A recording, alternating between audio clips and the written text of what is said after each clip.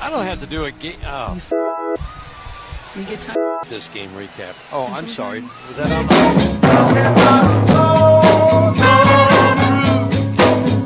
We got when you hear a thundering sound, the music starts to play and you can't sit down. We've got the kind of blues and groove, the kind that makes you wanna move.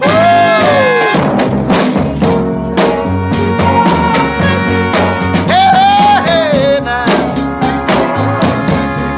What I say now,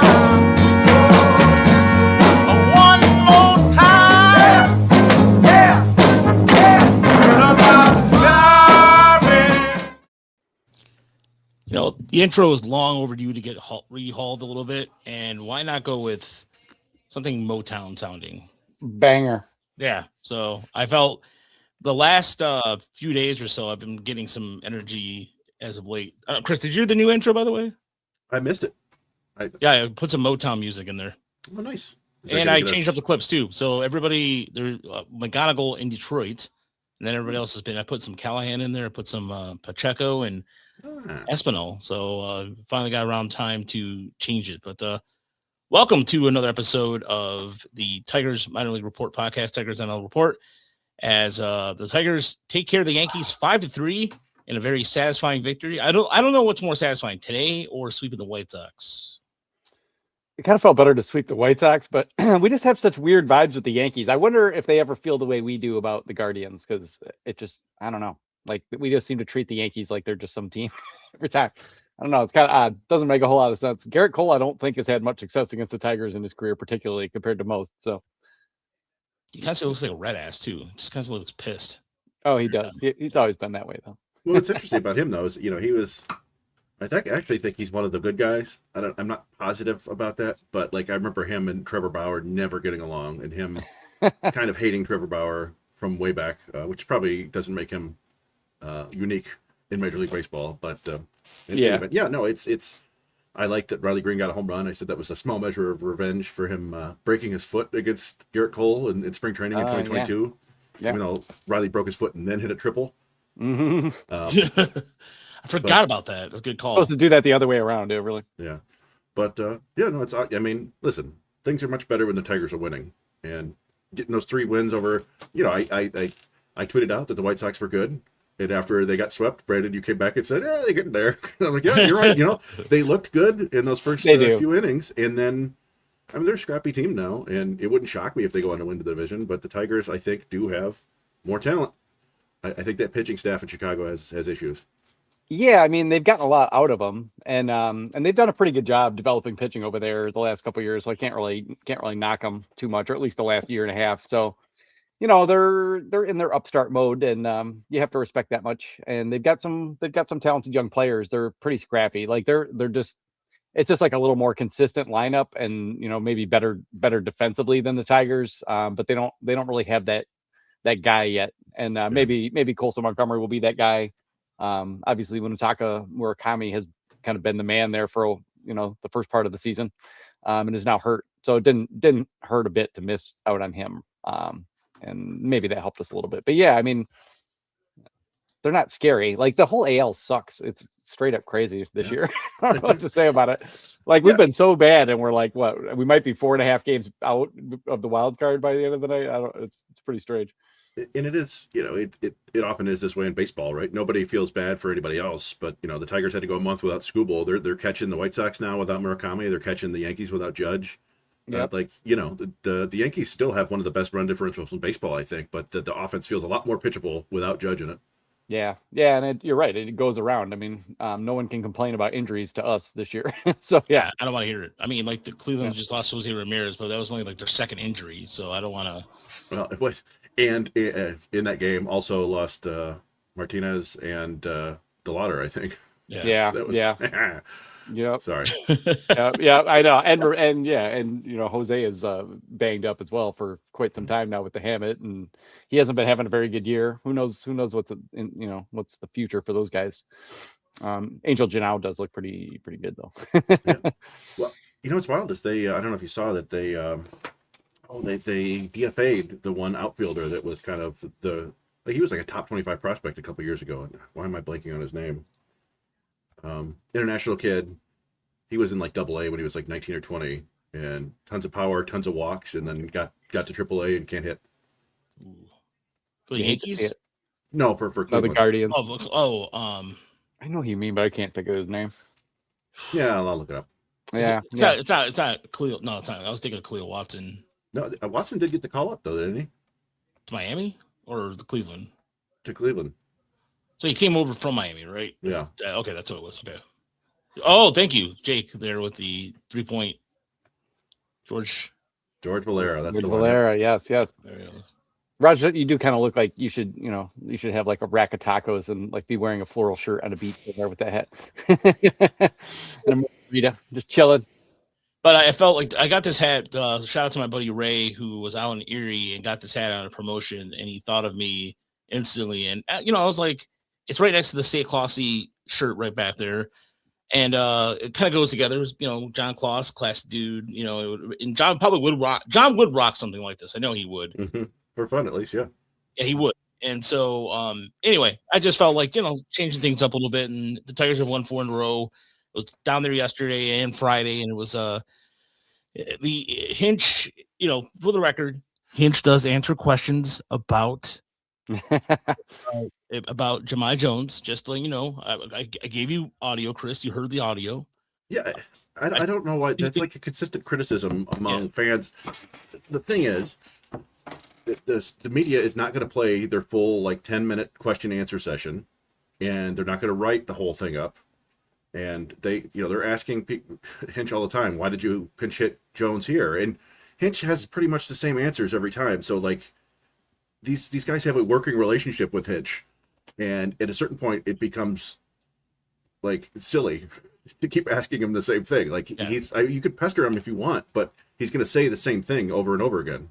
Yeah, and you're just going to annoy him and get shorter answers out of other things. What the answer is. Jahmai Jones has a track record of crushing lefties, and they're going to stick with him, and blah blah blah blah. And they're just not done yet. And he's going to say that right up till the minute they DFA him. And we've seen this kind of thing from a million managers. They're not going to turn on their guy. They're not going to dog him. They're going to keep saying they believe in him. And I do feel like a little bit of a hey, I'm going to keep playing this guy until Scott gets me somebody else vibe a little bit from it. But which, and I don't really think that's the case. I just think he's on the roster and that's the job that he's there to do. And they're going to keep trying to figure it out with him. They like Jahmai. Jahmai is obviously a part of the clubhouse. They had a lot of success, and he was one of the guys that kind of saved them from completely missing the playoffs last year. So just is what it is. Fans always want less time for guys who are struggling, than teams are willing to give them. And they don't really have a big lefty mashing outfield option in the minors. So, until there's a better option, we can reconfigure some things. They could use Torkelson. We've been over this a million times. Yeah. They could use Torkelson to hit lefties, and they could play someone else, to keep Torque on the bench more often to fill that spot, or, something like that. But, we'll see. Because in a couple weeks, I don't know, Max Anderson's starting to heat up, and Max Clark is heating up a little bit, and maybe we'll start to see some change, coming before too long. But yeah, they're going to stick by their guns for now. There's gonna be some changes on the horizon. The minors there's some stuff coming out tomorrow that we can't say, but there's good things coming on the horizon. But look, in talking to Jones yesterday, he owned up to it. He was just like, look, hey, I don't like being booed, and no one likes being booed. But he took the questions, and he was there, and he didn't hide or shy from it. And he knows. I think it was Wojo asked Hinch, was he basically running for his job down the first base line? And it was kind of one of those questions. I was just I was thinking in the back of my head going, that's damn, because I even said it to Cody, because Cody was next to me, and I was like, I looked like he was running for his job. Literally, that was what the kind of play it was. But it was, look, he said, look, this is what I've been struggling. I know I'm struggling, and there's what else am I going to say? And so for him, and I think some of the takeaway from some people in our Discord, and then some people online were like, they blame Hinch more than Jones. And they feel like, Jones is a stand-up guy. And that's all true. But what starts that whole game, to me, what was that game yesterday? Was Dylan Francis? Is his middle name Francis? I don't know what if his. No, his first name is Francis. He's Francis Dillon. Yeah, Francis Dillon. All right, Francis Dillon. Frankie Dingers to his friends. Frankie Dingers. He does look like Frankie a Frank. I think I've said this before. I knew his first name was Francis too. He has like Frank vibes. He looks like a lieutenant at West Point. Yeah. Cadet. Yeah, he has I mean, look, he looks Maybe a more captain. like Captain America than James McCann did. I remember everybody was talking about James McCann, maybe like Captain America and all that. But look, Frank Dingler sounds like a sweet name too, like Frank, Frank Dingler, Mr. Dingler down the block. Mr. Dingler, yeah. And look, I'll call him Mr. Dingler from now on. Yeah, it's even like he was, and Hinch talked about that yesterday too. How ice cold water he has in his veins on that single, but that home run too. But just the entire sequence all because of him, and then Torkelson with that gap, the gap or hit to the left center gap. It was funny because Stan, who's a regular listener, was like, he was going back and forth. We're joking around about it. He's like, Torque, he's like, he's not doing enough. And then all of a sudden 5 for 9. And, he's been effective. He's not doing the home runs, but he's getting guys over, and that's all that matters. And there was a lot of good at bats tonight too, especially from, and there was another person I asked about yesterday was Hyu Lee, because I feel like Hyu Lee's calmed down quite a bit. And Hinch mentioned that too, that he doesn't seem so caught up. Before he was kind of caught off guard a little bit, but it seems like he's getting more comfortable and more familiar. Yeah, we've all seen, Hyu Lee play defense. I mean, like the couple plays that he just kind of stumbled over or was trying to, was just going too fast for his, for his body. That just happens to almost all young players a couple times, and it'll probably happen again. But, for the most part, he's a pretty solid defender. We all know that he tries super hard. He's a super hungry, gamer type of player. Came from, pretty modest circumstances and, wants it real bad. And, it's just a matter, that's great. And it's just a matter of like, not letting himself get sped up as a result. And I mean, we kind of mentioned it on the show that, he went back down, could have sulked or felt bad about it and didn't. And, had 2 weeks where he was, pretty much raking for the Mud Hens, and bam, the position opens up again, and here he is. And I think he's hitting 350 since he's back. And, I haven't looked into the details because it's only, a small amount of plate appearances, but yeah, he looks like much more settled. Yeah, I was just checking. Yeah, in June, he's before tonight, 346. Hasn't walked, but 538 slugging. A couple doubles, a homer, a steal. Like, yeah, I mean, if the Tigers climb back into this, Lee is making himself look tradable, certainly. I don't know how much they believe in him. If they're like, that's our second baseman next year, baby. But either way, like he's been a helpful player. So there's so few right-handed bats on this roster that there may be a role for him, no matter what, even if it's just kind of a part-time thing. But yeah, I mean, based on what we've all seen of him in the minor leagues, the one thing that stands out that he's not doing that he usually does do is control the strike zone better and not chase as much. And obviously it's harder to do that up at the big league level, but you would like to see the walk rates click up. And if they do, he'll probably start hitting for a little more power too. By the way, if anybody wants to contribute to a super chat, we really appreciate it. I don't really try not to ask for money, but if you guys feel like asking a question or two, one of the comments comes up, just let us know, and we'll be gladly appreciative of it. And the other thing about Dingler too, Charles asked, did you see this bat in Erie from Dingler? Yes, we did. The first year, no, because he was swinging at everything. Go ahead, Chris. Well, we saw this bat from Dingler in West Michigan. Yes, we were so excited about him when we first saw him. Like, oh my god, more so than Torkelson. I remember that. Yeah. And then he got to Erie, and it was like, oh, this is a real roadblock. But I think this happens a fair amount with catchers. Mm-hmm. It's like there's so much to do to get comfortable with your defense, to get comfortable with your framing, your calling games, your blocking, everything that goes into that. That it sometimes takes years before you're like, okay, I can get back to hitting now. I'm comfortable where I am defensively. And, I think some of us had kind of given up on Dingler and was like, all right, he's going to be a backup. Because the defense was always good enough. And then, he just kind of exploded when he got up to Toledo. Like we always knew this kind of physical ability was there, but I admit for a while, I was like, it's not going to happen. But it's certainly been a fun development. Yeah. Yeah. I mean, he kind of was tracking for, that last year and a half before he got up. Like he was just going to be Jake Rogers. He'd be like, good field general, hit you 20 homers a year maybe, but would probably bat like 210 and strike out a lot. And yeah, I mean, he's really flipped the switch. And the thing is too, like, he's starting to ambush breaking balls, which was always kind of an issue for him. He was always a pretty good fastball hitter, but yeah, he just seems really dialed right now. And I don't know if we can expect him to just absolutely mash like this forever, but it's a heck of a season, and he's already got like a season's worth of a heck of a year, and there's a long way to go. So yeah, it looks good, and it's also maybe instructive for Tyron Lorenzo for the same reasons. And Lorenzo's going to get rushed faster because he's an international free agent and he's got to be on the 40 man. And that's unfortunate how that plays out sometimes, but as long as he Lorenzo just keeps working on his defense and gets his defense to the right place, he'll get plenty of time to work on his bat. Because everyone knows he's got the power potential. And, that's just something to keep in mind with how that plays out with catchers sometimes. I mean, most guys aren't Adley Rutschman. So. Yeah. And I think, and he's got twice the swings to work on. By the way, Charles, thanks for the $10. We appreciate it. You too. Off the Frickers building. One of those.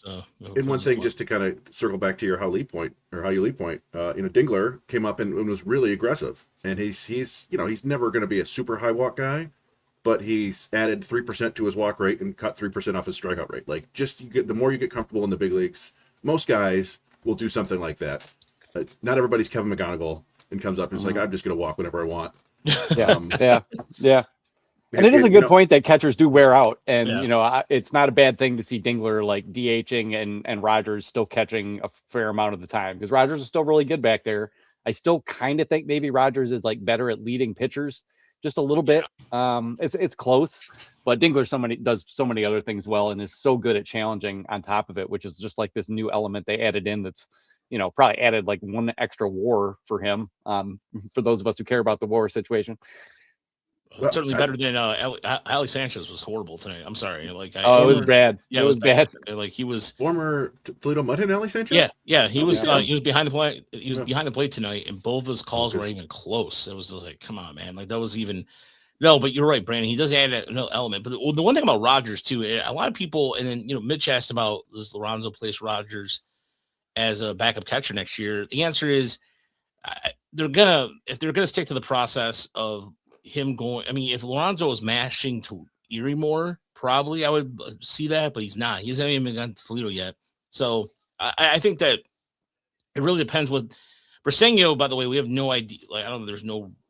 There was talk about him doing rehabbing at some point in June. Yeah. I mean, we're getting toward the end of June now, so it's going to have to be this week, I would assume. Yeah. But yeah, because he's been hitting in cages and swinging the bat, obviously, for a couple weeks. So yeah, you would think it would come up pretty soon. Right. Yeah, I mean, I think Lorenzo probably he's like at Toledo next year. He becomes Tomas Nido, and they come up with another backup catcher. Maybe they just sign Rogers back for a year for the vibes and the defense, and then if Tyron presses his case, then he'll get his chances. But as far as sorry, go Chris. No, I just say I think that Lorenzo, you could keep him in Erie all year and it's fine. Like, just give him time. They don't need to rush him. Yeah, and especially too, if you look at the catching situation right now with Nido and Valencia, I think they're fine up in Toledo right now, and even Aaron, the backup catcher in Erie right now, Antonini, that guy's doing fine too. I mean, you look at the catching across the board this year is actually not a bad position of. It's not a position of weakness. Actually, I think to me personally, it's a position of somewhat strength. It's not. Yeah. It's gotten better. I thought there'd be slight regression, but honestly, like, even without Briseño, the catching across the system has been pretty solid. But we too, thank you for the $2. I appreciate that. You're gonna get a exquisite. And thank you. We too did call me out for sweating. It's true. I mowed the lawn right before this, and then I took a shower. And it was one of those showers where it just didn't fully take, like in Seinfeld. Like, I did take a shower, but it didn't take. So it's still, and I was like, it was like cold water for a while, but it's one of those things. But anyway, You damp gas money. You damp, Brown. Mm-hmm. It's hot out there. I was watching some soccer, and those guys were sweating like crazy in Philadelphia. Yeah, I was watching there's Sammy. Good to see you in the chat. But yeah, I've watched a little bit of the World Cup. I'm not sure if anybody else has watched the World Cup, but they had that World Cup on the big screen. The Australia game, I think it was USA Australia. Was it Friday or when was I down there? Yesterday or whatever Australia USA was. They had it on the big screen for a little while. I watched a little bit of Argentina just to see Messi, just because I Yeah, know he's a legend, but I don't really pay that much attention. And I've much more enjoyed the World Cup invasion of the United States because that's glorious. I enjoyed all the Korean Mexican jokes that have been going on. That's been watching Korea. Koreans Scottish. The Scottish ones are my favorite. Like one guy's It's all good. He goes like, I was going to the airport and then I decided to turn around. I'm not going to do it. I do a really bad Scottish accent, but he's like, I'm turning around and him back and anyway, it's just how the Scottish have been in Texans just pushing giant hunks of meat into the hands of Asian people. Like, here, eat this barbecue. Like, there's so many people they love the air conditioning. Yeah, like, I don't remember it being sweltering inside buildings when I was in Europe, but they have that on lock in Asia, but maybe not in Europe. I grew up playing soccer. I'm not like one of those like I don't go to Detroit FC or whatever, and I'm if the Tigers had an MLS team, I might go to the games, but I do love the World Cup, and it's been great so far. It's one of those things. It kind of reminds me of the All-Star game that one year where Barry Bonds hit a home run that Torrey Hunter robbed, and then later on he hit a real home run. It was like it's every one of the big stars except for Ronaldo is showing up and scoring. Like they're doing the damn thing. Like Messi has 5 goals in 2 games. Kylian Mbappe, the French guy who's going to break Messi's record at some point. He scored, I think, 3 goals. Erling Haaland, the 6'5" Terminator guy, scored a bunch of goals. It's like they're all doing well, so it's a lot of fun. Yeah, I mean, as far as like what's funny to me is when I think about like soccer growing up, I'm trying to find this imagery here. While I find this image, I think about the only time that I played a varsity freshman year and senior year, only because we didn't have a really good team. Mm-hmm. And I'll explain why we didn't have a good team in a second, but we just did the alumni game a couple of years ago, and I was like sort of going, man, I actually ran back and forth doing suicides in this field all the time, and I'm sitting there going, just doing like jogging down like the 18. I'm like, I mean, I know I'm a little bigger than I was then, but man, I was like, how much running did I do? And then I realized like how much more in shape I was and everything. And but what I in terms of the cross culture too, the other aspect of it all is there was a story where people were trying to sneak back apparently Hidden Valley Ranch. Oh yeah. So ranch, and as far as air conditioning goes, Chris, when I was in England a few years ago, it was like one of the hottest summers of it was one of the hottest summers on record in England, and I was staying at this hotel, and they didn't have air conditioning, and my dumb ass went up there and was like, "Oh, where's your AC?" And they're looking at me like, "What the hell are you talking about?" And I was in this building that this hotel has been around since like the late 1800s. Like, forget that how much history is there. It's like been there since like the 1820s, and they're looking at me like, what kind of idiotic thing is that to say? And I just like, oh, American sheepish. I just kind of turned away, and I just was like, yeah, I'm not gonna say anything anymore. But for the record, this is the infamous. Let's see here. I found it right here. Sorry, I gotta show this because we're talking soccer, and we're gonna move on after this because we have plenty of other things to talk about. But here it is. Oops, Chris, you gotta show your. I'm sure you have a picture somewhere. There I am, front row. Oh yeah, in the polyester jersey. That thing was hot as hell. Yeah, the jerseys back then were brutal.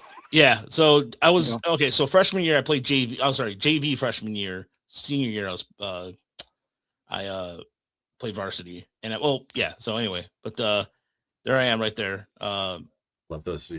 Yeah, my favorite is this guy right here above me, Mike Philipart, purposely looking away just to picture. Yeah, right there, and so there I am, right there in the bottom. Classic. With my Atletico Madrid shirt underneath. I remember that very clearly. Anyway, all right, no story time. Yeah, no, I was doing travel soccer. My first and only year doing travel soccer. I never tried out until after 8th grade, and I made the team. And that was the summer that the World Cup was in the USA the last time, and they actually had games at the Silverdome. And so soccer was huge at that point. Yeah, I think Marcelo Balboa had like the bicycle kick at the Silverdome game, and everybody lost their mind, and U.S. sucked real good, and that was it. But yeah, getting back to baseball. Yeah, baseball. And one thing you mentioned, Brandon, and I threw this in our Discord last night as kind of a trivia thing, but it's more like a fun fact. Right now, Dingler and McGonigal are both top 10 in FWAR, and I looked to see how many times that's happened. Like the Tigers have finished the year with 2 players in the top 10 in FWAR. It's only happened twice since 1980, Wow. since I've been Yeah. alive. I don't know if anybody wants to guess, or I can just tell you. Yeah, I'll take a guess. Wait, who finished top? 2 players in the top 10 in F4 in the same year for the Tigers. 2 players or more. Is it Maggie and Verlander? No, I should say hitters only. Sorry. Oh, hitters. Oh, Okay. So Trammell and Darrell Evans, Trammell is one of them. 87. No. Was 84? No. Trammell and Parrish? Nope. Parrish had that one. So it was huge year. wait. Was it Trammell Mhm. and Tettleton? Nope. Yeah, I got nothing. How about wait. No, I'm not giving up on this. Trammell and Fielder? Yep. 1990. Oh, okay. Yeah.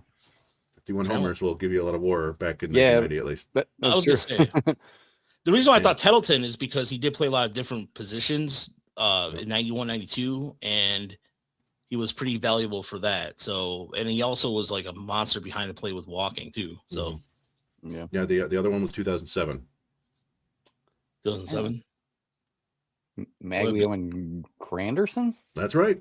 Big ball. Hey. There we go. 2020 year, and Maglio hitting 360 with 130 something RBI.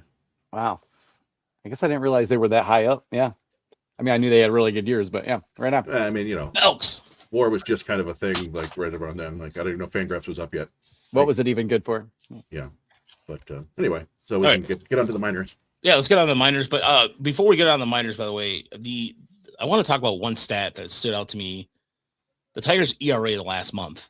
You saw that stat was like 25 straight starts with like 4 runs or less.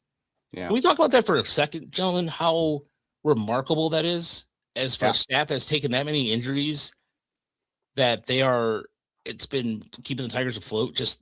And frankly, Framber hasn't really pitched very well. Yeah. Until the last couple outings. So yeah, it is kind of crazy. I mean, they've just managed, and this group has managed to do that. They've managed to like hold it together in the starting rotation, or when they need spot starts. That we've seen it from Feder like again and again and again. And shout out to Cater Montero. We were all kind of pissed that he got bumped, and then he got unbumped because Verlander pulled his hamstring. So, and that's not anything bad against Verlander, but that's as it should be. Like he and Melton need to just be in there, leave him be, let him work, and we'll see what happens with hopefully they can turn this thing around and go crazy. But if they don't, there'll be plenty of time to like let Verlander pitch out some innings in August and September and right off into the sunset. This couldn't have been a priority. So, it couldn't have been better timed of an injury. So thank you, JV, for that. Yeah. And I mean, they've still managed to blow too many saves, and it's still a very uncomfortable bullpen, and you can't judge that by ERA really. So, but lately they've won some close games, and that's what I needed to see the most. They haven't had to score 6, 7, 8 runs to win a game. And for a long time, that's kind of how it was. And people were blaming the offense, but really you have to be able to win those close games, and they weren't doing it. I mean, they've blown 16 saves this year. And especially in May, like they would have held it together with just a couple of guys locking it down at the back, and they just couldn't do it. And it's, by the way, it's incredibly hard to do some breaking. Oh, I'm sorry. Go ahead. No, you got news. Break it. Oh no, there might be a good chance that we might see Brasinho this week Oh, okay, good. from a source. yeah. So sorry. Go ahead. That's what I've been kind of betting on. Is that it seems like he should be back by the end of the month. So hopefully. No, all I was going to say is it's when you dig yourself a hole like this, it's impossible to dig out of it if you have a bad bullpen still. Like, yeah, because just the gutting losses of like, oh, we're going to come back. Like, I thought about what would have happened if they blown it tonight. Like, just another bone loss, the game that they should have won.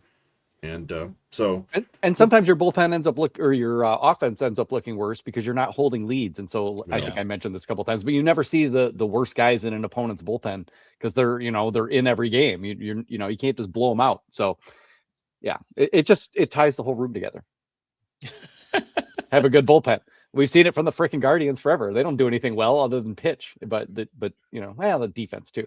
But when you have that, and when you have a couple of guys that are absolutely locked down in the last couple innings, it's worth way more than WAR could ever convey, I think. Yeah, absolutely. And we probably will see Job in August, and depending on, and can we look? Jansen pitched good on Friday and Saturday. He was solid. But Job coming back, depending on what role they want him in, I mean, the Tigers could put him in a reliever role, and they did it before, and they wouldn't be surprised if they did it again. I don't think I'd want to use him as closer just because the lack of experience and stuff. Like you want to, but like if he took over what Drew Anderson is kind of doing, and you use Drew Anderson more, and kind of rotate him, Vest and Jansen in the last 2 innings, that would be pretty ideal, I think. And maybe Finnegan gets it going eventually. And Manuel DeJesus, I think, still pitches for the Tigers, doesn't he? Yeah, I know how that dude can't get into a game. Use him, right? It just, maybe not against the Yankees because he gives up a lot of fly balls, and they're just worried about the long ball or something. I'm not sure, but Drew Summers got like the AJ Hinch test, tonight, and did fine. Just a couple of damn Twins hits. Yeah. But when he has good stuff, and when he's commanding it, Drew Summers could be a dude. Yeah, he's looked really good. I mean, he had a good series against the White Sox, and yeah, it's a matter of like just to command with him, right? I mean, the command just seems like a little. Yeah, he's a big old fella with a funky delivery, and if it's not baseball needs some big old relievers. Like what happened to sure. the era of the big old pitcher, big old meaty fella. Terry Forster. Yeah. Yeah, you don't see guys like CC Sabathia out there anymore. It's just like, well, before he lost all the weight, just like that's true. Yeah, where are the corn-fed boys? Dang it. Or about Joe Chamberlain comes to mind too. I always think some of those big guys have like, there's a lot more room for that UCL to slide around in there. It's buttery up in that elbow. Yeah, Jose Valverde, that's another big Papa or big the big potato, Papa Grande. Yes, Reese Olson will pitch again. He'll be fine. We're glad he got the surgery. Like they tried to rehab that damn thing for like 3 years. It was about time. So hopefully he comes back and he's fine.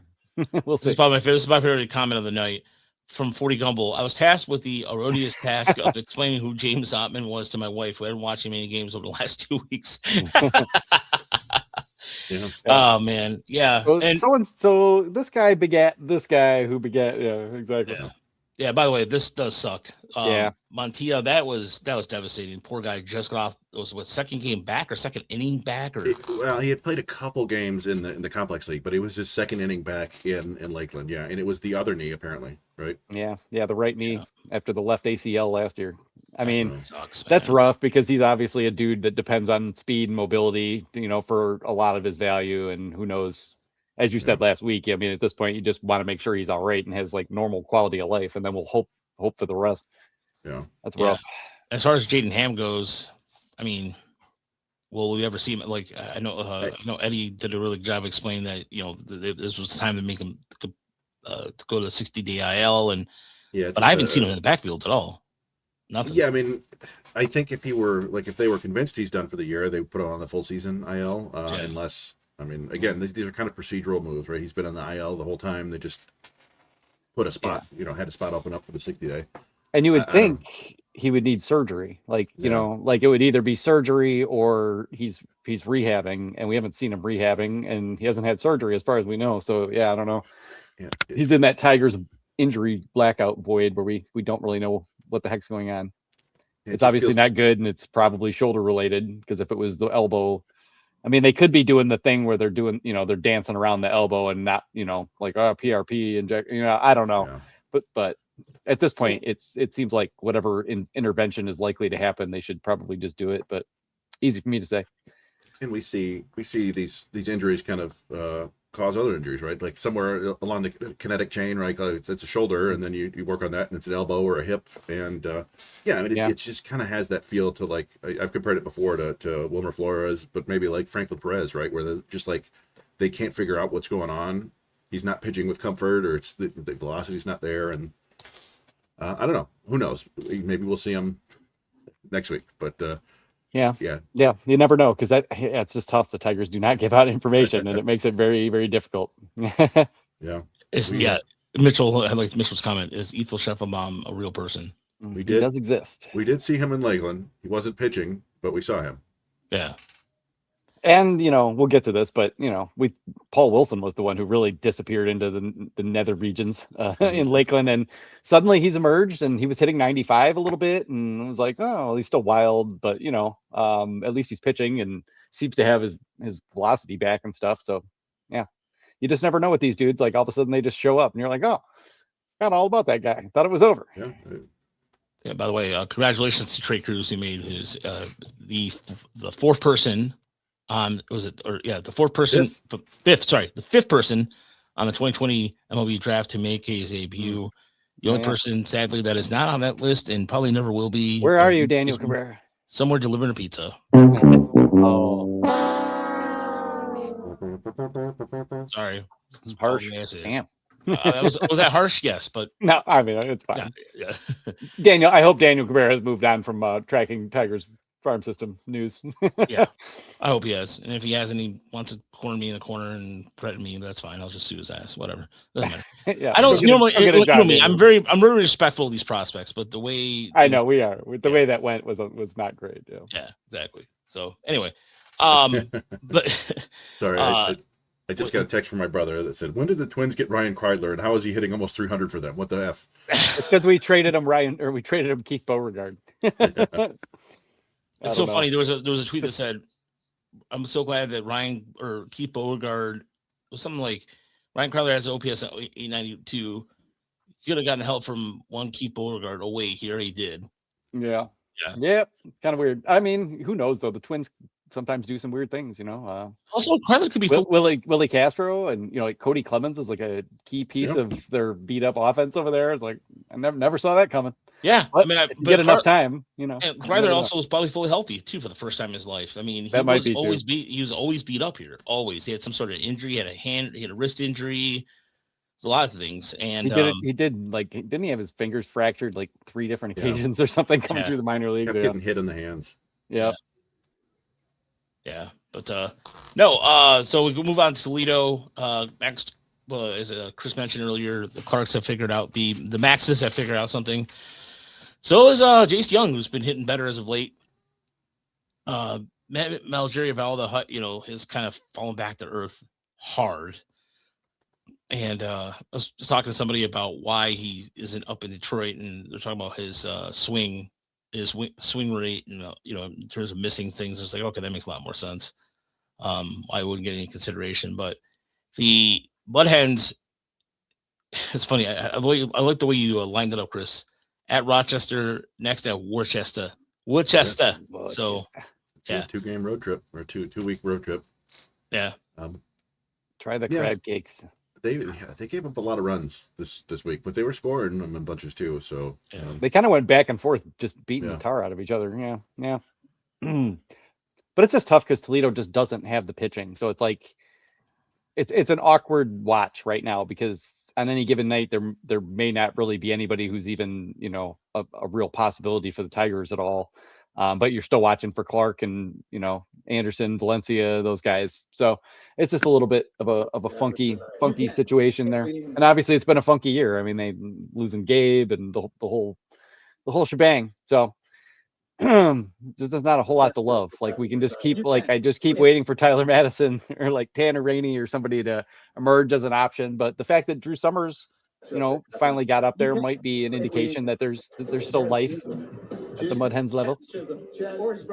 Yeah, and I look at this group, and we were going to discuss today about guys who might be getting promotions. It's the middle of the year, right? And so you see a lot of other teams saying, "Oh, so and so is getting promoted here," and but I don't see anybody in Toledo that's necessarily knocking down the door for promotion. Like you could swap out Outman for Clark if you want to, but the Outman provides the value in that you could cut him with no repercussions, right? Like that's and I don't know. I don't think they don't like to bring these guys up until they're absolutely ready to contribute. And I get it. If you think Clark can help you win big league games right now, then you bring him up. I'm not convinced he's going to be that much better than Outman right now, which is kind of wild to say, but he's a young kid and you don't want to put too much on his plate. And if you've waited this long, you might as well wait till like the second week of August or whatever, and then he can retain his rookie eligibility.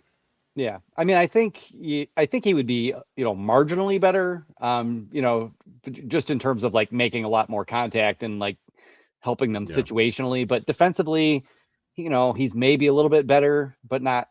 But Outman's really experienced and going to be comfortable out there. You bring up Clark now, and you have to deal with maybe some growing pains and a mistake or two. yeah, I just don't see any big rush. Like his time is going to come, and the Tigers are guaranteed going to want him up at some point by the end of the year, so we can get a look and kind of get comfortable. But yeah, I mean, it's kind of on him. Like if he wants to get up to the show, like he's got to be kind of undeniable this year. Next year, it'll be more part of the plan. It will be the plan probably for him to play center field.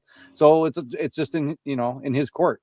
He's been hitting for more power this month, and that's what we need to see. Just and not necessarily like results. I don't care how many home runs he hits, but he's not like hitting a lot of doubles. Like I would be perfectly comfortable just to see a lot more gap power, and a lot more hard contact. And that's starting to happen. That's starting to happen for Anderson a little bit too, but neither one of them is tearing the cover off the ball for weeks at a time yet, and that's kind of what it takes. The jump is big, so you better be beating the snot out of AAA pitchers, before they're going to let you, kind of come into a situation where they're desperately trying to get back into a playoff race. Yeah, I mean, there's only really one thing to say about it. I think he's going to be just fine. No. I thought it was going to be better. No. Well, That boy is good. if there was, if Lee weren't showing signs of life, you could argue that, give Anderson a shot. But I think, like we said, Lee's doing some positive things right now, and there's no reason to shuffle the 40-man just to make room for another guy. Let Anderson put in some time and put up some numbers. Yeah, I mean, and the thing is, Anderson he's not doing the things he needs to do, and that's what it comes down to. I don't care about the results so much, but he needs to show a lot better process. Like he needs to stop chasing every damn pitch and grounding out constantly, because he's still grounding out, over 50% of the time. And that's the fear. He doesn't have speed. He's an okay defender at second and third base, but he's got to be able to get to that power. And until his swing decisions get better, I just think you could bring him up and like show him the big leagues and send him back down kind of the way they did with Hao Yu Lee, and maybe that would be good for him. But it's not a time for just an experiment. He's got to be able to come up and contribute. So let the guys cook. We all want to do things. We all want to medal. We all want to promote guys. We all feel this way a lot of the time, and it's probably right to just be a little patient for now. Yeah, and I do worry, and I think anybody who pays attention to this worries that that's just part of Anderson's game. And once he gets to the big leagues, the pitchers are going to learn that they don't have to throw him strikes. You can throw it half a foot out of the box, and he's going to swing at it. And he'll look like Wenzel. Yeah. He won't strike out that much, but he won't do any damage. Yeah. So. No, one thing about Lee tonight was that slider. The first slider he threw, swing and miss. But then the second slider that was a little bit closer, but he still made an adjustment and was able to poke that to right. By the way, no, I didn't have to take a poop. I was getting my Gatorade. Thank you very much. No, but it's really weird. It's really not weird, but necessarily he's still doing that bucket a stride. But I don't think the stride is that prominent as it once was. What's up?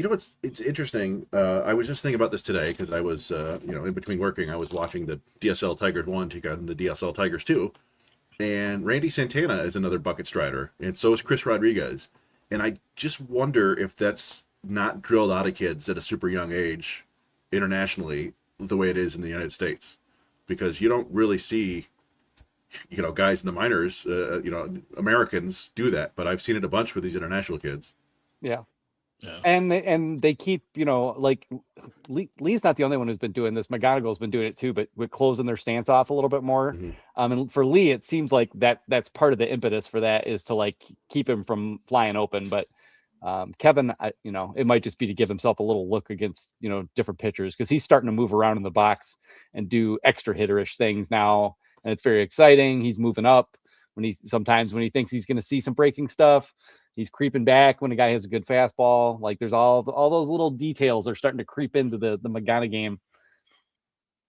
Yeah. I want to see him move back a half stride because he's anticipating the inside sinker and it's just crushing it. But no, I mean he's been so good, and we talked about this before, that he's gonna get better. Yeah, and it's gonna be kind of wild. But anyway. Yeah, there was an interesting question here that Ted Wittes asked, why is the MLB draft in the middle of the MLB season? This is a whole big thing. We don't necessarily need to get into it, but basically because that's the way it's always been. They used to have a January draft as well, They Yeah. used to do it right after this. Yeah, it used to just be like because the college season ended, College World Series draft, and maybe that just made sense at the time. So, but yeah, it used to be in mid-June. It used to be like right now, yeah, or even earlier. yeah. So they pushed it back. We assume because they wanted to be part of All-Star festivities, and maybe teams wanted more time to sort of evaluate guys and get prepared. I don't know though, because it's kind of awkward because there's the draft, and then all of a sudden it's like, okay, we got 3 weeks till the trade deadline, and there's that whole frenzy. So it's kind of awkward. I haven't really liked it, to be honest, but whatever. Yeah, but No one I cares what I think think. I think I think you hit on it for the most part. I think part of the problem is that with the baseball season goes so long that you're into October before the season ends. So if you were to do the draft after the season, it's going to screw up college baseball. Like these college guys are enrolled in college and suddenly like, oh, I'm getting drafted. See ya. So yeah, there's aspects of that, and they're trying to get rid of that anyway. Yeah, we If could everybody- spend 2 hours on that. Yeah, well, you guys did a pod the other day on it, right? So Yeah. you guys, folks should go check that out if you're kind of curious about reactions to the MLB proposal, which is just a proposal and isn't going to be implemented the way they want, but kind of sucks to be honest. Yeah, So, no, it's a whole jerk off fest. I'm sorry, the entire thing is just ridiculous. Just if you go to our page on YouTube page, it's on there. I just for those on Patreon. The reason why it goes up early is because you get it before everybody else, and there's no ads. Whereas YouTube, I do ads, but there. As far as the draft go, we'll have to talk about the draft another day. We have plenty of draft content on our website too, TigersMLReport.com. Chris and I have both done recent articles. They did one on pitchers who I like and who I think the Tigers should target. But let's go to Erie, and the Seawolves are 4 games over 500 with a look again. Tony Capicelli, great manager for what he's doing with that kind of like no pitching, no. I mean, I'm not saying not all pitching, but they've just been bat driven. There is some potential call ups soon. I think there's going to be some call ups. And there was a question about call ups on Twitter. We'll get to you a little later, who we'd like to see. But with the promotions looming, Jake. Jake asked a question: what affiliate in the Tiger system has the best chance to win a playoff spot in the second half with the promotions looming? I think personally, Lakeland. Might have a good. I think Lakeland still has a good chance. Yeah. I see West Michigan, if they can get the pitching. I think West Michigan could have a completely different and entirely second half. And I would say the same for Erie, but I can't based off what I know. So I mean, Erie's going to get. Erie's going to get some pitching because they got Sears back, and I mean, you've got some guys like Elisalt maybe could move up in another week or 2 or month, or Minton or somebody like that. So they might get a little bit of help, but there isn't really like a big hitting prospect up because I don't think any of us think Rayner's getting moved up until next year. They kind of just need to let him just cook. He's doing well. West Michigan's a pretty good bet, I think, because Lakeland has a lot of pitching and they've got a lot of prospects doing well, and we just don't know when guys are going to get promoted. But if they get, Salcedo and who's hurt, but we don't know how bad, and Witherspoon and Charlie Christensen and whoever else up there, they might be cooking with fire. So especially because Rayner's kind of rolling now, and they're going to get Patrick Lee and Rustich, and some of those guys are back or almost back, which will help them. Yeah, I think that would be my guess too. Just mostly because, like you pointed out, like the heart of that offense. I mean, maybe not the heart of it, but there are going to be good young hitters there for the rest of the year, I think, and they're going to get some of that good pitching from Lakeland, and I think that'll do. And they're already off to a good start, which helps. I mean, it's only 3 games, but yeah, I mean, Erie. I do wonder. I mean, you see here Sears. It was only one team, right? It's Harrisburg in both outings, but they had nothing for Sears. So I mean, who knows how long he'll be in Erie? I assume they'll give him a good, 8 to 10 outings or whatever. But if he's pitching like this, then might as well move him up, right? Like you could use a lefty like that in the bullpen in Detroit. That's an interesting point too, because like Miller should be back in Erie, probably by the end of this week, or maybe one more rehab start. And he, I mean, with his command, like he hasn't quite got his velocity back yet, but if he gets some run going with his command, like both of those guys become pretty interesting options down the stretch. And then it kind of brings up like, should they think about like trading like a Tyler Holton or something, especially if Summers is doing well, and you've got DeJesus, and I don't know quite why they're using him the way they do, but you're going to get Brant Herter back too. And we might actually be kind of flushing in left-handed swingman types. Yeah. But yeah. You have to make room for him somehow. As far as Kenny Soro goes, he has pitched better as of late. I mean, we can finally say that he's been the last 2 or 3 outings, he's been solid. Yeah, and a knuckleballer, it's I mean, they could move him up to Toledo whenever they want, right? Because he's already 28. And it's not like, he doesn't know how to attack these hitters. It's like he just needs the knuckleball to knuckle. But yeah, I'm looking. Let's see, 5 out of 6 outings. 1, 2, 3, 4, 5, 6 outings. Like maybe. Let me do 523. Thank you, Woodward Baseball. By the way, you can check out Woodward Baseball. Subscribe to their channel. They're putting together a good product over there. They have 7,000 subscribers. So, all right, guys. Please subscribe to our channel, for Christ's sake. I mean, come on, we've been around for a long time here. Let's go. Let's go here. Come on, we got to pump up some numbers. Let's go. All right, sorry. It's a 2.70 ERA over his last 5 starts, but he's still a knuckleballer, so it's still a bunch of walks and a bunch of hits. He's just getting out of it. I thought Raj, I thought you were going to start doing the. You got to get these numbers up. We got to do the Matthew McConaughey situation from Wolf. Wolf on Wall Street. Yeah, I was going to say I don't have it exactly memorized, but good week from Lorenzo. I have no idea what you're going to trade Tyler Holton for. I'm just saying you're going to have a lot of lefties. Which is good to see from Lorenzo, getting some hits, taking his walks. Callahan had a bit of a down week, but he's still, you look at the total body of work. It's a 132 WRC plus over a half a season, walking, hitting for power, playing good defense. I think, it might be time for him and for Peck, who is is now hitting 280. Yeah. 285. Still not walking, but hitting 285 with power and playing defense. So. Yeah, and they've got those veterans at Toledo that they don't really need. These are the guys who should get to see AAA before the end of the year and get a good long look at it, because either one of them could be a pretty useful piece for the Tigers next year. And I'll just say, like, who should trade Tyler Holton is Al Avila. You know what Al Avila could get for a Tyler Holton after Daniel Norris for Reese Olson? Good Lord. You just never know what a lefty reliever might be worth. Teams get desperate and stupid sometimes at the deadline for that. Kevin here, he just needs the knuckleball to knuckle. Wise words from Mr. C. Brown. That's how it works when you're a knuckleballer. The Toledo guys that we're talking about just get punted into oblivion. Yeah. Major or minor league veterans, Gentry and Stevenson. Jukes might have a thing in his Jukes might have a thing in his contract too, where if he doesn't reach a major at a certain point, he goes. By the way, Isaac Pacheco with the week, by the way, he is second on the team with home runs, just behind Callahan with 11. I got to give it to him. I me was too. not expecting. I felt like he was going to be stuck there for like 2 or 3 years, and everyone would just kind of forget he existed. But nope. He's putting it together pretty decently. Still striking out a ton.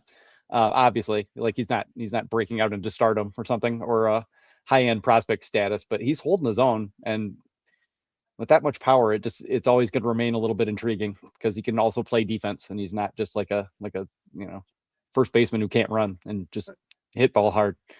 The first game of that series, he went 0 for 1 with 4 walks, which was kind of funny. And I think he only hit 1 home run. Did he have 1 or 2? Yeah, the home run he hit was just one of those like absolute rocket, like, oh my god, like just perfect crush job. So yeah, I mean, he's improved, and we talked about it before, but like they're just running absolutely wild. Graham had 7 steals. Stevenson had 6. They're just taking runs if you're going to give them to them, and they're both well over 30, aren't they? They're both over 30 steals by quite a bit now. Yeah, it's kind of crazy.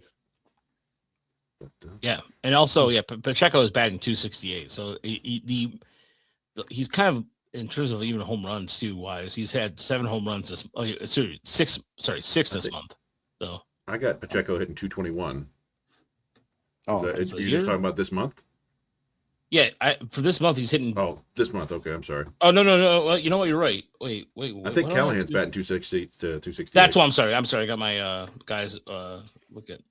Yeah, sorry about But- that. No, it's all good. It's I mean it's 221, but it's a 13% walk rate and a 225 ISO. So he's above 100 in WRC plus, and this is going with like I should check to see what his stats are since May 1st because April was just absolutely brutal for him. I can check. Yeah, you know what? I'll do it real quick. All right.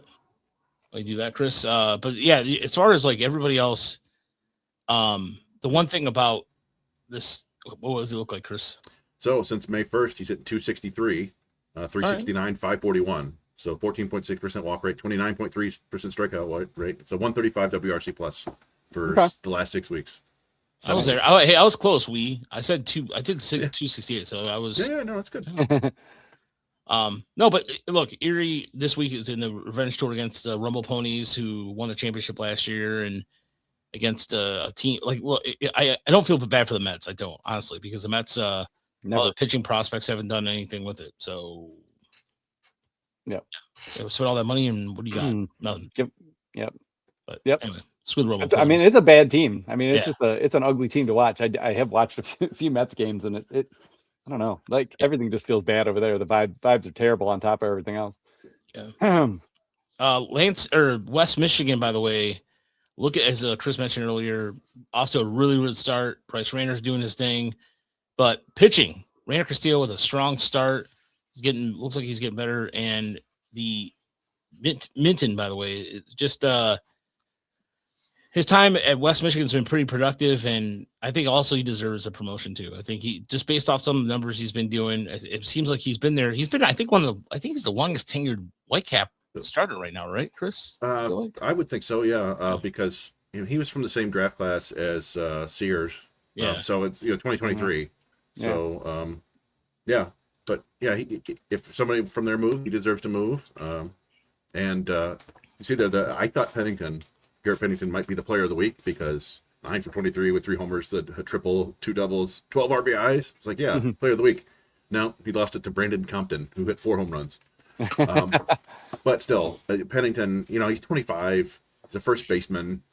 Get busy living, get busy dying. Get him up to a higher level, and see if he can actually. Because to be a first base prospect, you have to hit like crazy. Yeah. But he's done that at every level they've had him so far. So just keep moving him up. Yeah, give him a try. I mean, they Chris Myers was the last example, who was like, pretty good minor league hitter, but never was like crazily doing enough damage to make it to the show. And now he's kind of just in org territory. So yeah, you might as well try the next guy up. And yeah, what's interesting? I just wonder about this. Like, do you think there's any chance that they want to promote Jordan Yost to the Whitecaps? Because I know he's not doing a lot of damage, but he's not striking out. He's making a ton of contacts. I don't know. The Yost Rainer arrangement is just kind of interesting to think about, because I would like Bryce Rainer to just kind of stay there and have plenty of time to figure it out. But at the same time, he is going to be 21 in a few weeks, and I know he's had like very limited time. But if he gets hot, maybe you do move him up. I don't know. Well, I was going to ask you, the reason why is do you think it's because similar to McGonagall? Remember when McGonagall started getting bored in Lakeland and just started walking because no one was challenging him? Yeah. Yeah. I don't think Rainer's there, but but he could be. Yeah, it strikes me as the sort of move you make maybe once the complex league is over, so you can bump up Yost to high A, you bump up Rainer, so like 2-3 weeks or whatever. Yeah, You Angel get him a De Los taste. Santos comes up Yeah. to Lakeland. Yeah. Yeah, something like that. It would have maybe had Mantilla stayed healthy, they could have done it. But Yeah. yeah, I guess it also depends. You got to think of the draft. They're probably going to take another. Yep. Almost certainly going to take another, prep infielder, but probably take at least one more college infielder too. So, Jack Goodman, I think, played for Lakeland last year. So there's always, ways to bump these guys up. And As this goes on, the org is going to have a lot of shortstops playing, corner outfield, center field, everywhere. Get used to it, because that's the plan, I think. Yeah. And I do want to make a special note of Ricardo Hurtado here, because for the second year in a row, he had an absolutely brutal May for absolutely, for like no apparent reason. and then has been good the entire other time. And it's just kind of, it's a weird thing. I was trying to bring up his stats, but last year he had like a 790 OPS or better in every month except for May, and it was like 200 in May. Yeah. And I Actually, swear the Clark same is thing that happened this way. year. Yeah. Max Clark kind of has like, there's May Max Clark, and then there's late June, July Max Clark, where he finally puts it together. Let me look at the splits real quick.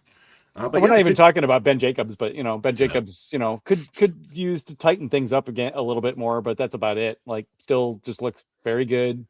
Very, very good pitching prospect with 3 above average pitches that flash plus, and I just realized just doing the job. If Christensen goes up there to West Michigan, he's gonna be one of those guys that will dominate that level because, as I think we've talked about this before, lefties, like with that kind of stuff in Midwest League, dominate. Like, just put up insane numbers, right? We've talked about Christensen's he's not a lefty. But Sorry, but he does have a funky angle. I was looking yesterday. I'm like, who? Huge extension too, and a good changeup. Like, all those things are going to be really hard for high A hitters to deal with. I mean, I still look at him as probably a future reliever down the road because big leaguers are so good that they like. I think a lot of his success right now is it's something you don't see very often. Yeah. He's a look guy who you don't really want this, guys to see and then get another look at his sinker. Because even down there, we've seen like the second time through the order, sometimes they start getting on the sinker better. But I mean, with the amount of strikes he throws and the pitches he had, we're skipping ahead here, but I could see him being a very solid 2-3 inning reliever for you. Mm-hmm. But he does seem like if he's somebody's going to bump up to West Michigan, it seems like he would be a pretty obvious candidate at this point. I did find the stats on Hurtado just to step. So in April, he had an 816 OPS. In June, it's 964. In May, it was 580. That's, not as bad as last year, though. I want to look at last year real quick. Okay. Last April, 837. June, 879. July, 897. August, 772. May, 275. Oh, really? How old is Hurtado? Is he 22? I think he might be 23 now. Let's see. He is 23 years old in 1 month today. Oh, okay. Tomorrow. By the way, Chris, I want to refer to him as Chuck C for now on. Chuck C. Chuck C. Yeah, Chuck C. Now so Yost had a average week for him. He puts the ball in play a lot. Sometimes it goes for hits, sometimes it doesn't. He's finding gaps. Espinal keeps hitting. He's got a 17-game on-base streak, I think. Yeah. Which was he had a 16-game on-base streak that was broken up because he pinch hit in one game and didn't get on, and then he has 17 after that. So he's just getting on base at an absurd rate. He's a guy that you could see moving up. It kind of depends on his defense, right? How much they want him down in Lakeland just working on his defense, but I don't know because his production certainly warrants a promotion. Yeah, there's some interesting ones because it's the same with Witherspoon. Like, if Witherspoon is in command of his stuff, he can pitch a AA. So it's you could kind of move him wherever you want to, but he's not in command of his stuff, consistently. So I don't know what you do about that, because they don't really seem to be messing with his mechanics very much, or I don't know. Maybe they just want to keep an eye on him and keep working with him down there. Yeah, we'll see. No rush. How they view about like we joked about, the Tigers obviously didn't think that Hurtado was a good enough catcher to catch Skubal. They sent Bennett Lee down there just to do that. Yeah.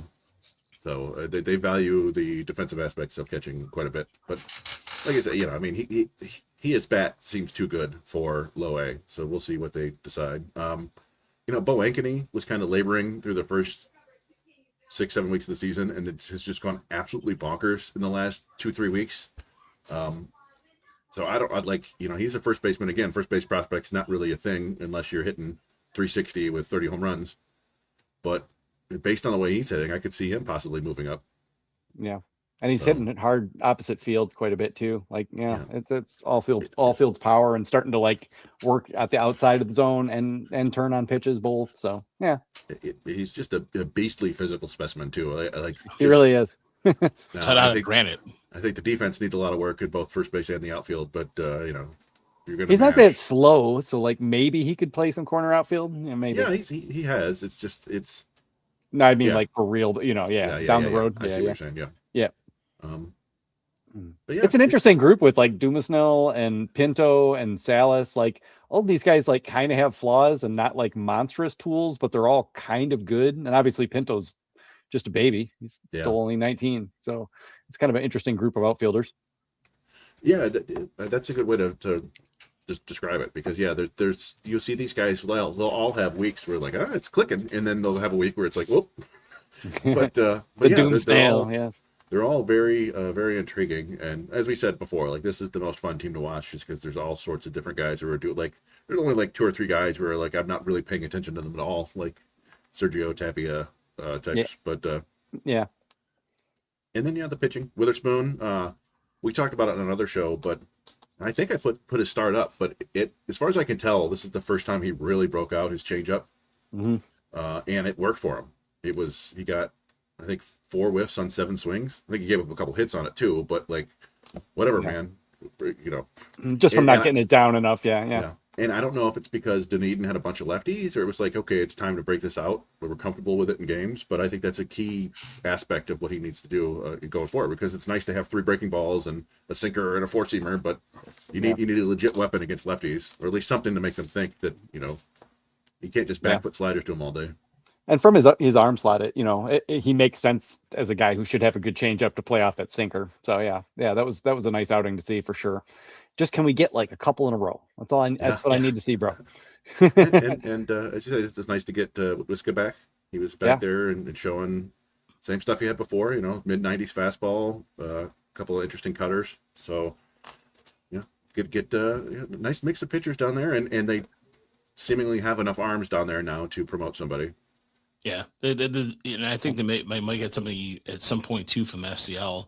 Yeah, these guys can just stay healthy. Yeah, you might get Owen Hall or Paul Wilson or both up there, and then obviously Koba looks like he's about ready to move up. So at least get a look at it.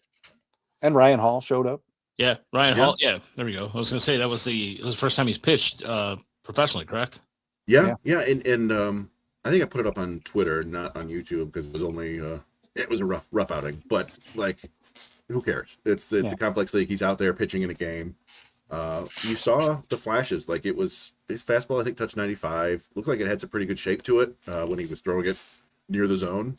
Curveball he's like 82, but with really good depth. It just it's you spin it like that. Sometimes you leave it up and you got hit hard, and they even flashed the changeup. So it's like, all right, that's all I want to see. I want to see some semblance of 3 pitches, and we'll work on the command and get you some more innings.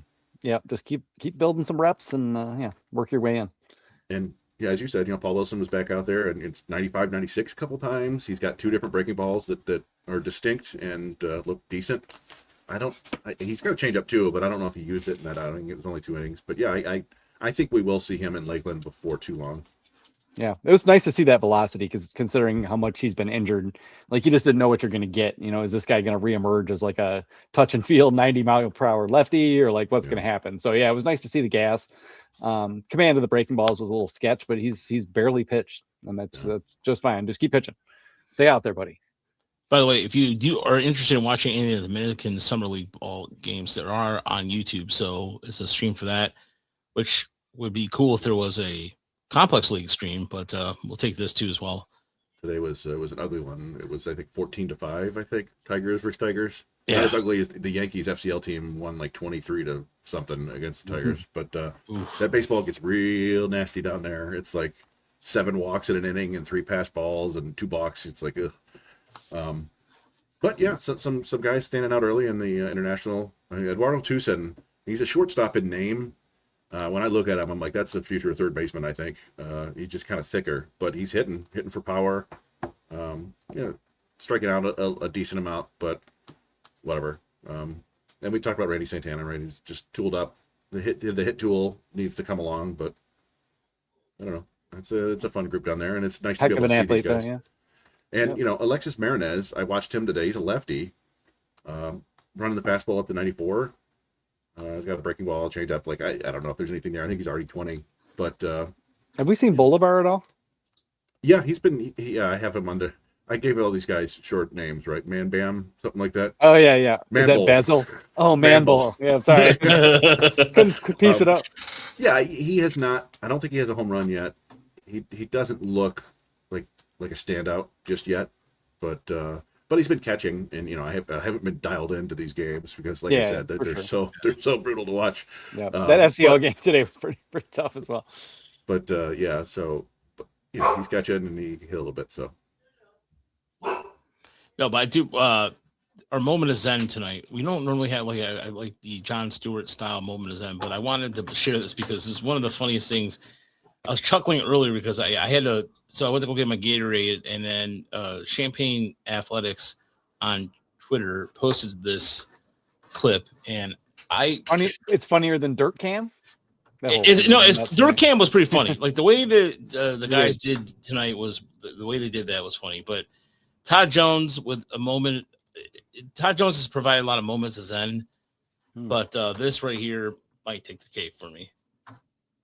Matchup that happened tonight. You can between Chaz Chisholm, Chaz brother, Chaz and the camera matchup that happened tonight. You can between Chaz Chisholm.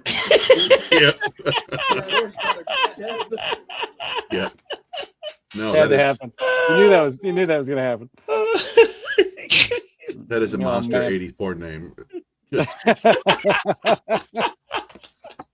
fact that Logan couldn't keep a straight yeah, everybody else suddenly just disappears out of the camera. Outstanding. Bye, Todd. It's been a really good time with you, buddy. Oh man, I'm sorry. That was I know we had to end the podcast on a note like that. He said, and of course it came from Dirt Cam though, because all good things do. That was all right. We're gonna play one. Fine, we'll play it one more time because somebody said, "What did he say?" And maybe was it clear what he said? I thought it was pretty clear what he said. Maybe that person should go search it elsewhere. Yeah, maybe. Yeah, I'll do it one more time. I love my audience, so yeah. Yeah. You can between Chaz Chisholm. Chaz. Chaz Chisholm. My buddy Chaz. All right. Oh man. No more. Yeah, you can find it on Twitter. Champagne app. Todd Jones, you're a beauty. Champagne Athletics. I remember. I'm sure they're posted on Instagram too. That Dirt Cam thing was out of control. I think they just trying to give Garrett Cole a 5-minute break there. I don't know. I think so too. I mean, Jazz is just always either way. Jazz is fun. Now it's official that we are going to be part of the Just Baseball Network, but it's going to take another week to move the RSS feeds. Wow. So that being said, though, we are gearing up for draft coverage. Our draft show is going to be on a Saturday, which I didn't realize the draft until Chris and I were getting together. The draft's going to be on a Saturday. It's going to be at 1:00, and it's going to be on Peacock Network. Which is, and the Tigers. Anybody finds it, let us know. You have it right, Chris. Yeah, can you hear us, Rod? Can you hear me? No, I can hear you. Can you hear us? Yeah, I can hear you guys. Okay, sorry. Okay. The Tigers don't have a third rounder this year, but I think that the first day of the draft covers the first 4 rounds. Yeah. Oh, really? One thing I was going to say was just to go back to the Todd Jones thing. My middle school had different hallways were named after famous. I don't know, frontier trails. So there was the Oregon Trail. Chisholm Trail, yeah. There was the Chisholm Trail, yeah. And we're in 7th graders. We're like, nah. Anyway, yes. And there are going to be promotions tomorrow. If you listen closely, we've hinted at a bunch of them. Yeah. You'll see them. A lot of these guys are getting called up tomorrow. So good. Yeah. Some of these, it could be anybody, though. I mean, we're not going to tell you who, but yeah, retrieve the tea leaves, but people we will be happy to see called up though. Yes, exactly. So, but yeah, as far as that goes, the Tigers are in a position tomorrow. They will be playing at. Why was it so early today? By the way, because of the fireworks, the Detroit fireworks. Yeah. Oh, yeah. That's right. Okay. We thought the same thing. That it's weird having these games end when it's not dark yet. I don't like it. Yeah. Even at 6:40, a lot of them it's not dark yet, but it's obviously late June. That's just how it goes. But still, I kind of miss the 7:10 starts. I know probably everybody hates this, but I'm kind of a night owl. Yeah. Mize tomorrow against Carlos Rodon, and then Wednesday's game is Tarek School against Ryan Weathers. So depending on what day, which means also at the same time by Wednesday, Bob Nightingale said will report that no one's interested in Tarek School anymore. Like I Yeah, just or even Jeff Passan is getting into this. Like, oh, the Tigers are operating as though they're not trading Tarek. What does that mean? Like, Yeah. how else are they supposed to operate? They literally Makes no have sense. Tarek Skubal. What are you talking about? I want to make a bulletin board. I'm gonna make a bulletin board, and that white space is right there, and I'm gonna put how many times like the Scooble. I know the mentions. Like, go write an Yeah. article, you bums. Yeah, exactly. Do something else. So somebody asked if baseball's your only gig, Brandon. No, this is part time. It doesn't feel like it though, but that's just obsession talking. Yeah, that's same here.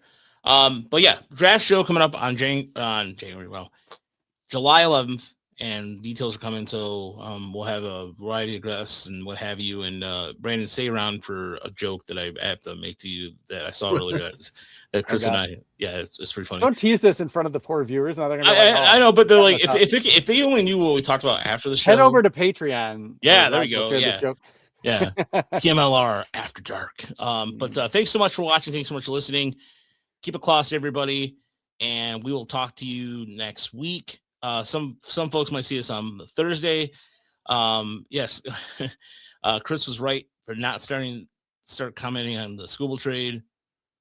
I'll shout us all out because none of us made a big deal out of it, and we could have Yeah. milked everyone with rage bait for the past 8 months, Yeah. and we're just not doing that. We're not. And we're not those guys. sellouts, man. We're not sellouts. Because we're not gonna right. sell to the man. No. That's right.